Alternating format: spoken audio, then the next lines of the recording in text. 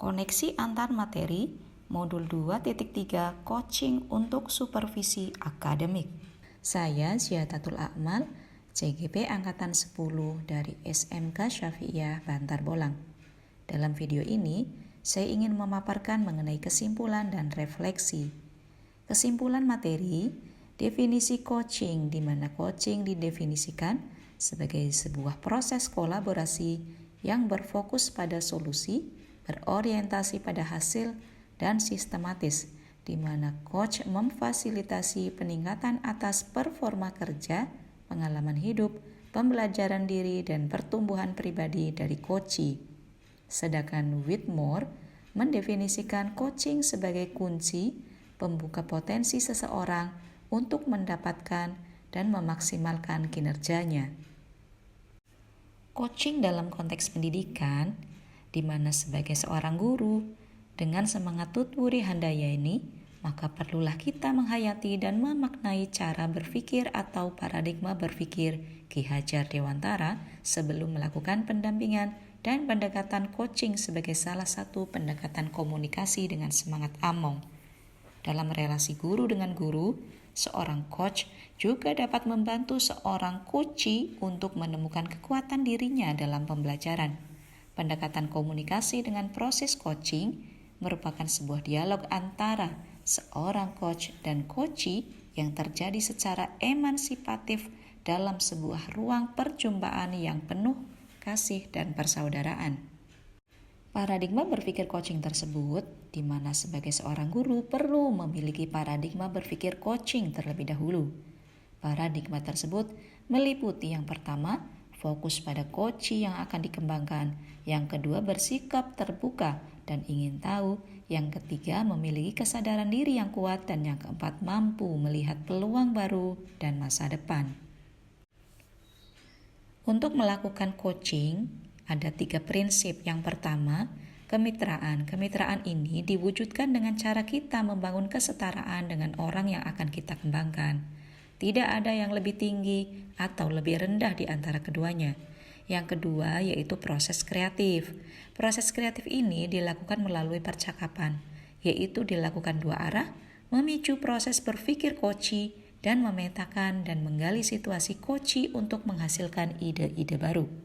Yang ketiga yaitu memaksimalkan potensi, di mana untuk memaksimalkan potensi dan memberdayakan rekan sejawat, percakapan perlu diakhiri dengan suatu rencana tindak lanjut yang diputuskan oleh rekan yang dikembangkan, yang paling mungkin dilakukan dan paling besar kemungkinan berhasilnya serta ditutup dengan kesimpulan yang dinyatakan oleh rekan yang sedang dikembangkan. Kompetensi inti dalam proses pelaksanaan coaching yaitu ada 3. Yang pertama yaitu kehadiran penuh. Menghadirkan diri sepenuhnya atau present penting dilatih agar kita bisa selalu fokus untuk bersikap terbuka, sabar, ingin tahu lebih banyak tentang coaching. Yang kedua yaitu mendengarkan aktif. Salah satu keterampilan utama dalam coaching adalah keterampilan mendengarkan dengan aktif atau sering kita sebut dengan menyimak. Saat menyimak atau mendengarkan aktif ini, elemen pertama yang perlu diperhatikan adalah menangkap kata kunci yang terucap oleh coachee. Yang ketiga yaitu mengajukan pertanyaan berbobot. Pertanyaan yang diajukan oleh seorang coach diharapkan menggugah orang untuk berpikir dan dapat menstimulus pemikiran coachee, memunculkan hal-hal yang mungkin belum terfikirkan sebelumnya, mengungkapkan emosi atau nilai dalam diri, dan dapat mendorong coachee untuk membuat sebuah aksi bagi pengembangan diri dan kompetensi. Coaching dengan alur tirta, di mana tahapan dalam percakapan ini yaitu meliputi yang pertama yaitu T, tujuan, yaitu tanyakan tujuan perencanaan apa yang ingin dicapai dengan program pengembangan atau kegiatan. Yang kedua yaitu I, identifikasi, dan R yaitu rencana, di mana tentukan ukuran keberhasilan program pengembangan, identifikasi hal-hal yang harus disiapkan atau dikembangkan, dan identifikasi hal yang sudah ada yang bisa membantu keberhasilan, serta identifikasi dukungan yang diperlukan. Yang ketiga adalah TA yaitu tanggung jawab, di mana sepakati kapan akan melakukan sesi untuk refleksi atau kalibrasi dan siapa yang akan terlibat. Seorang coach tidak hanya berfokus pada aspek akademik saja, tetapi juga membantu siswa dalam mengembangkan sosial dan emosional murid. Saya akan menjelaskan peran saya sebagai seorang coach di sekolah dan keterkaitannya dengan materi pembelajaran berdiferensiasi serta pembelajaran sosial dan emosional. Sebelum mempelajari modul 2.3, di sekolah saya sering dimintai pendapat oleh rekan mengenai kedisiplinan, kegiatan belajar mengajar, bahkan kenakalan murid juga. Saya pun sering sekali dimintai pendapat murid saya dalam hal akademik ataupun masalah pribadi. Namun, selama ini saya masih memposisikan sebagai mentor untuk membantu mereka mencapai tujuan mereka.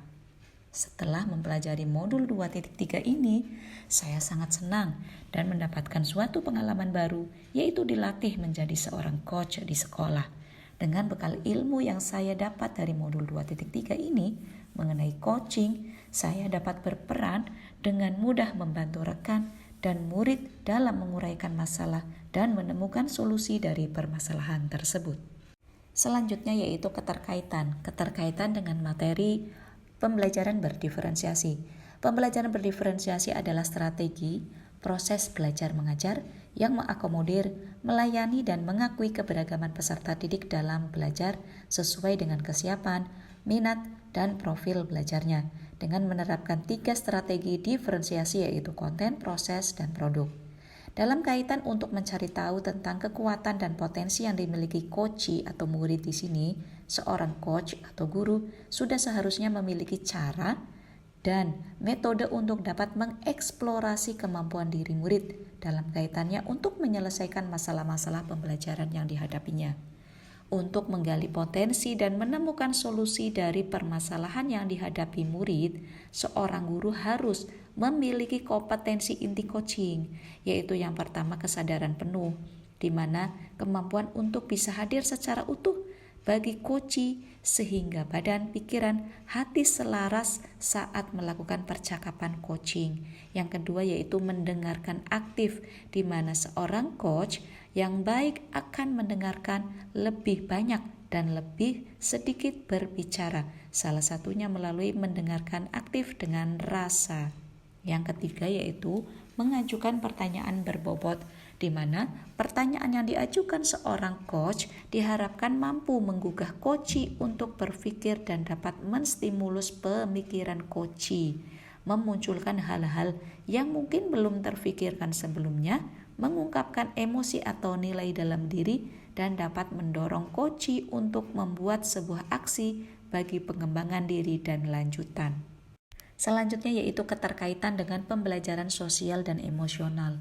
Pembelajaran sosial dan emosional adalah bagian penting dari pengembangan siswa. Guru sebagai coach di sekolah dapat membantu siswa dalam mengembangkan keterampilan sosial dan emosional mereka melalui pendekatan yang terstruktur dan berkelanjutan.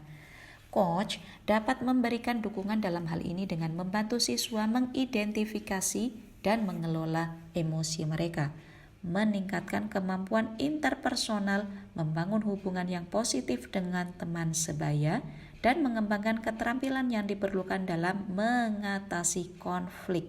Dalam hal ini, coach dapat membantu guru dalam melaksanakan program pembelajaran sosial dan emosional yang terintegrasi dengan kurikulum dan memfasilitasi kegiatan agar coach dapat mengendalikan diri dan emosi, menimbulkan empati dan sosialisasi serta pengambilan keputusan yang tepat.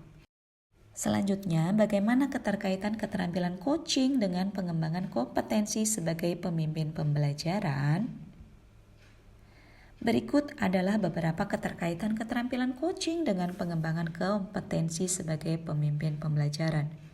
Yang pertama, yaitu kemampuan untuk mendengarkan dan memberikan dukungan, di mana seorang pemimpin pembelajaran yang baik harus memiliki kemampuan untuk mendengarkan keluhan dan masalah anggota tim, serta memberikan dukungan dan solusi yang tepat, sehingga dapat membangun hubungan yang baik dengan anggota tim dan meningkatkan kinerja tim secara keseluruhan.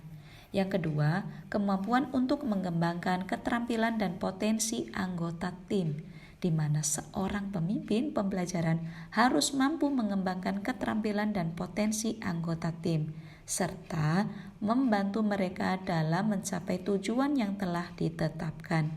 Dengan kemampuan ini, seorang pemimpin pembelajaran dapat menciptakan tim yang lebih efektif dan produktif.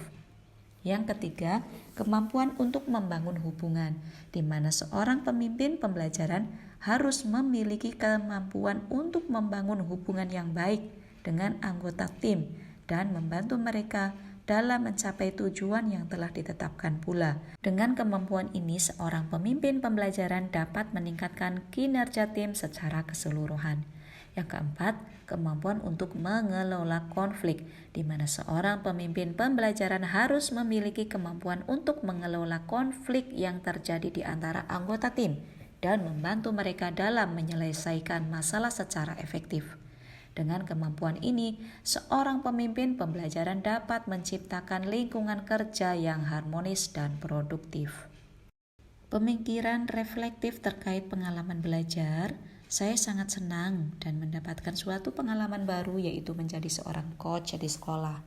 Dengan bekal ilmu yang saya dapat dari modul 2.3 ini mengenai coaching, saya dapat dengan mudah membantu rekan guru dan murid dalam menguraikan masalah dan menemukan solusi dari permasalahan tersebut.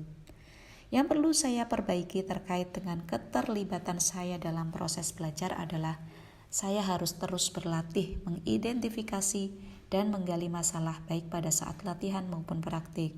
Yang ketiga, apa yang sudah baik berkaitan dengan keterlibatan saya dalam proses belajar tersebut, yaitu adanya komunikasi dan kolaborasi yang baik saat proses belajar tersebut.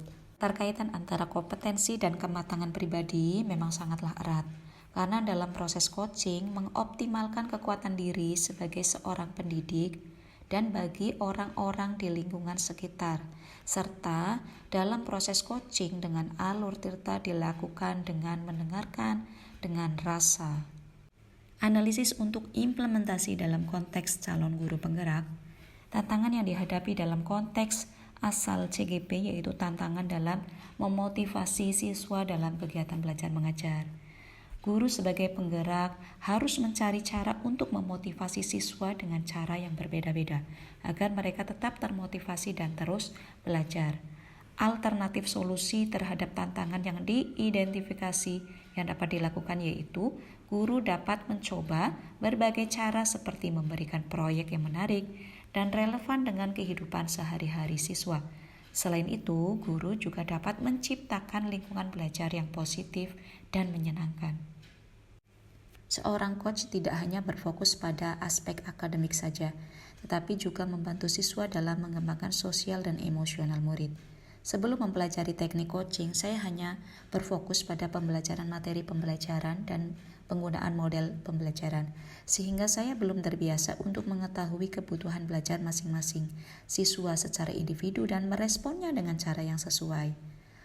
Setelah mempelajari teknik coaching, saya menyadari bahwa proses coaching dapat membantu saya dalam mengidentifikasi kebutuhan tiap murid, sehingga memungkinkan murid dengan berbagai kebutuhan belajar dapat berkembang sesuai dengan minat, bakat, serta kemampuan mereka.